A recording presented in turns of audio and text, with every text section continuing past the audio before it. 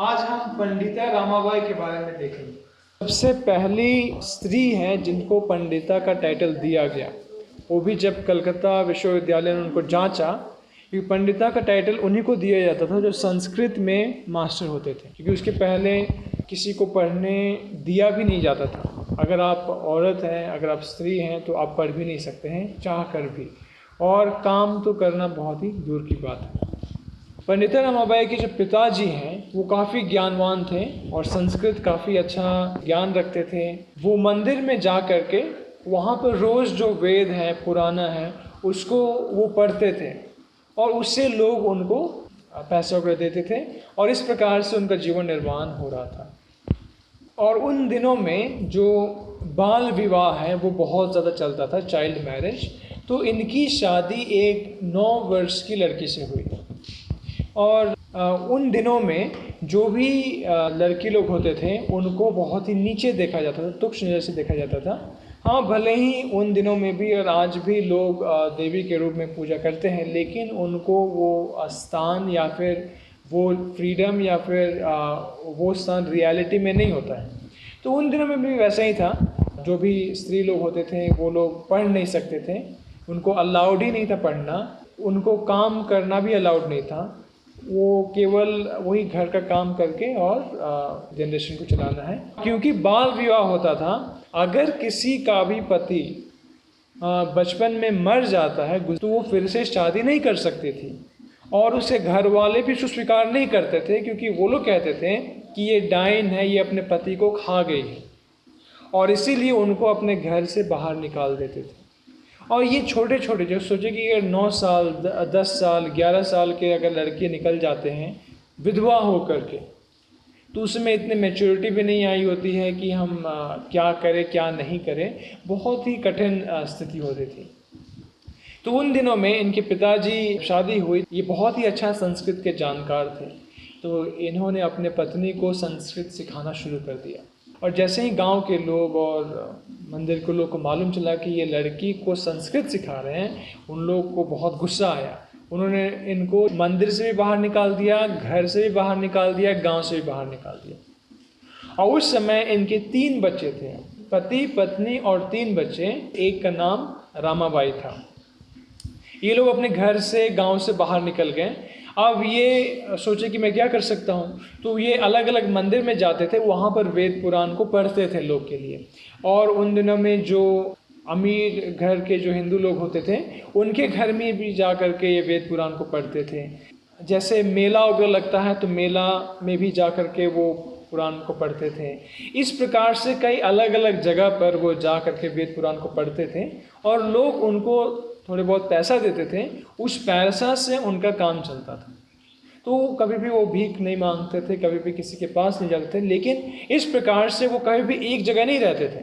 जैसे एक जगह गए फिर आगे बढ़े, फिर एक जगह गए फिर आगे बढ़े, उस प्रकार से करते करते वो लोग काफ़ी दूर, पूरा परिवार वो लोग ट्रैवल करते थे। एक समय आया, वो फैमिन आ गया, सुखाड़ पड़ गया, और उन दिनों में कुछ भी नहीं था, मतलब खाने के लिए सब लोग के पास बहुत कमी हो गई थी, बहुत ही कठिन हो गया था। तो ये लोग को और भी ज़्यादा कठिनाई हो गया, और ये पत्ते वगैरह खाने, जैसे जंगली जो पत्ते होते हैं, कुछ पत्ते खाना, कुछ जंगली फल को खाना, इस प्रकार से वो लोग अपना जीवन निर्वाह कर रहे थे। लेकिन इसी में इनके पिताजी का तबीयत बहुत ज़्यादा ख़राब हो गया, बहुत ज़्यादा कमज़ोर हो गए और अब वो मरने वाले थे। तो वो रामाबाई को बुलाते हैं, और उसके पहले रामाबाई का एक भाई वो गुज़र गया था।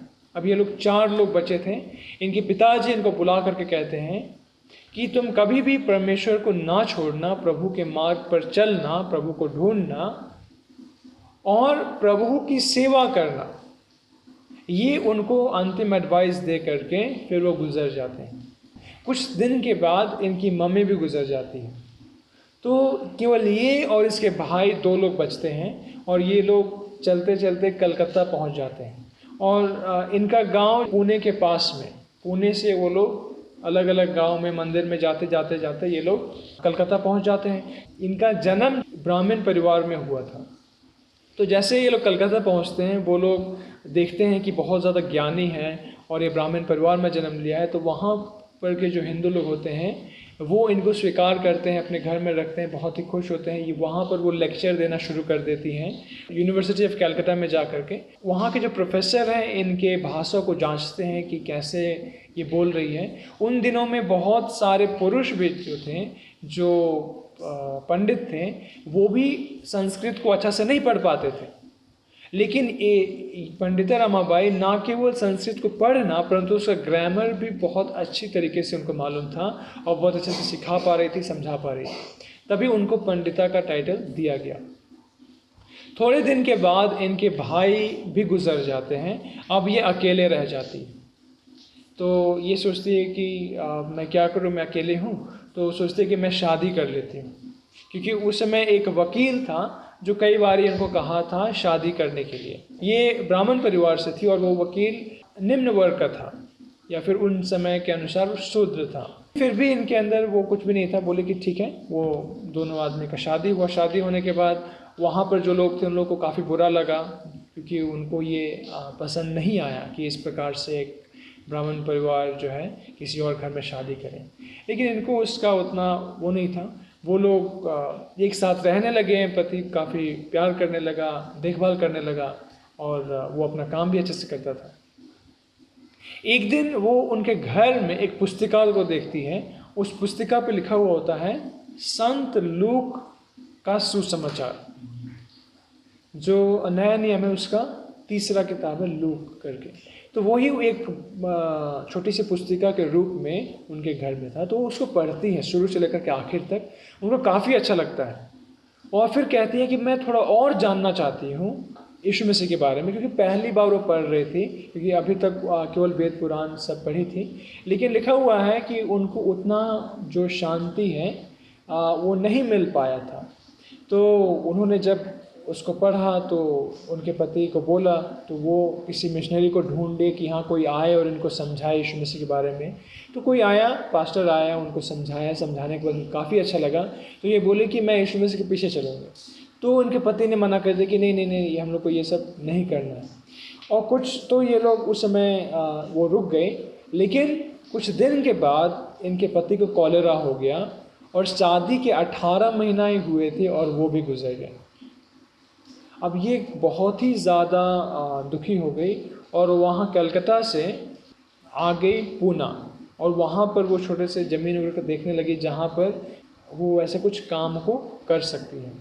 तो वही अपने घर में होती है। उस समय उनका एक बेटी भी जन्म ले चुकी होती है जिनका नाम मनोरमा होता है। तो मनोरमा को लेकर के कलकत्ता से पुणे पहुँचते हैं। कुछ दिन के बाद एक छोटी सी लड़की आती है उनके दरवाजे पर और मालूम चलता है कि उसका बाल विवाह हुआ था, उसके पति गुजर गए थे और उनको घर से बाहर निकाल दिया गया था। तो पंडिता रमाबाई काफ़ी दुखी होती है और उसको अपने बेटी के रूप में रख लेती है। फिर सोचती है कई सारे लोग हैं भारत में, तो ये प्रथा हर जगह है, तो कितने सारे ऐसे बाल विवाह किए हुए लड़की होंगे, तो उनके लिए मैं कुछ काम करती हूँ। इस प्रकार से सोचती है कि मैं एक आश्रम खोलूँगी। तो वो सब चीज़ था, लेकिन कोई भी आगे नहीं बढ़ा इनको मदद करने के लिए कि वो वैसा कुछ काम कर सके। तो वहाँ पर एक औरत थी जो इंग्लैंड की थी, तो वो इंग्लैंड जा रही थी। तो बोले कि क्या आप चलना चाहती हो? तो उस तब तक पंडिता रमाबाई एक किताब लिख चुकी थी। उस किताब का नाम मॉरल्स फॉर वुमेन, या फिर औरतों के लिए शिष्टाचार, या उस प्रकार से। तो उस किताब से जो थोड़ी बहुत पैसा मिली थी उससे उन्होंने अपना जहाज़ का टिकट जो है उसका पे कर दिया और फिर वो वहाँ चले गए। वहाँ जब गई तो वहाँ पर चर्च वगैरह में गई तो उनको काफ़ी अच्छा लगा। फिर उसके बाद वो यीशु मसीह को मानने लगी, यीशु मसीह के बाइबल को पढ़ने लगी और वो सब काम को करने लगी। और वहाँ पर एक कॉलेज था, चेल्टनहम कॉलेज में वो जा कर के पढ़ने लगी और संस्कृत पढ़ाती थी और पढ़ती थी। तो उनका पढ़ाई भी होने लगा और वो संस्कृत पढ़ाती थी, उससे उनका कमाई भी होता था। इस प्रकार से कई दिन तक वो इंग्लैंड में थी। उसके बाद वो अमेरिका गई वहाँ से।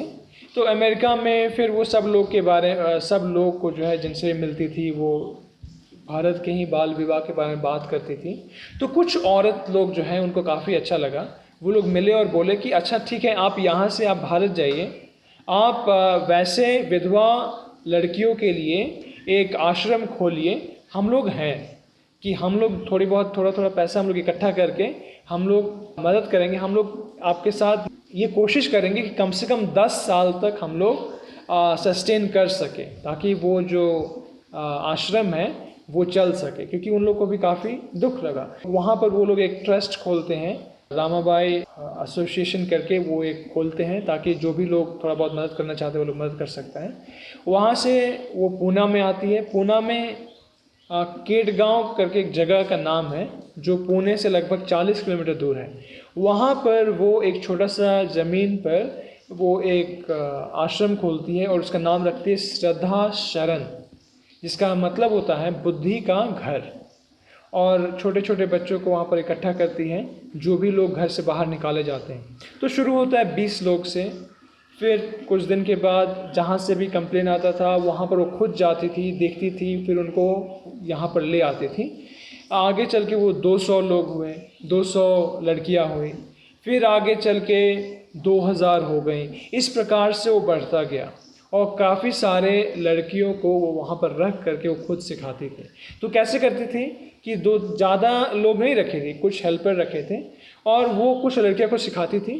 फिर जो थोड़े बड़े हैं और उनको कहते थे छोटे लड़कियों को सिखाने के लिए, फिर वो उससे छोटे।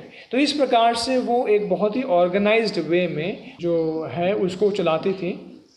और आगे चल के उन्होंने उसका नाम मुक्ति मिशन रखा और उसी मुक्ति मिशन में 20 साल तक उन्होंने सेवा किया। वहाँ पर लोग को हर चीज़ को सिखाती थी, प्रभु के बारे में सिखाती थी, पढ़ना सिखाती थी, लिखना सिखाती थी, संस्कृत भी सिखाती थी, गणित, विज्ञान, मतलब कि सब चीज़ सिखाती थी वहाँ पर। और आज भी मुक्ति मिशन है जो पूना के पास केडगांव नाम का जगह में है। और हम लोग जब साधु सुंदर सिंह की कहानी को पढ़े थे तो साधु सुंदर सिंह भी वहाँ पर जाते हैं मुक्ति मिशन में। साधु सुंदर सिंह जब एक बार मुक्ति मिशन में जाते हैं, वहाँ पर लड़कियाँ लोग होती हैं, तो जब सुनती हैं इनके प्रवचन को, प्रभु के बारे में जो बताते हैं, तो काफ़ी वो लोग खुश होते हैं, बहुत ही अच्छा लगता है। लेकिन वो ठंड का समय होता है, साधु सुंदर सिंह के जो कपड़े होते हैं काफ़ी पुराने होते हैं, तो उन लोग को लगता है कि क्यों ना हम साधु सुंदर सिंह को कुछ मदद करें।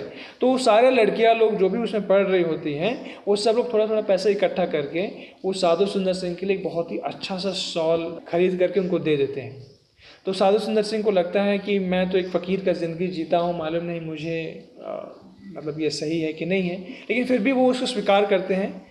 और जब उस मुक्ति मिशन से बाहर निकलते हैं, जब जा रहे होते हैं, तो उनको एक व्यक्ति मिलता है, एक भिखारी मिलता है जिसके बदन पर कपड़े नहीं होते हैं। तो वो उस नया शॉल को उनको उड़ा करके फिर वो आगे चले जाते हैं। 5 अप्रैल 1922 में उनका देहांत हुआ। 23 अप्रैल 1958 में उनका जन्म हुआ था। 5 अप्रैल 1922 में वो गुजर गए।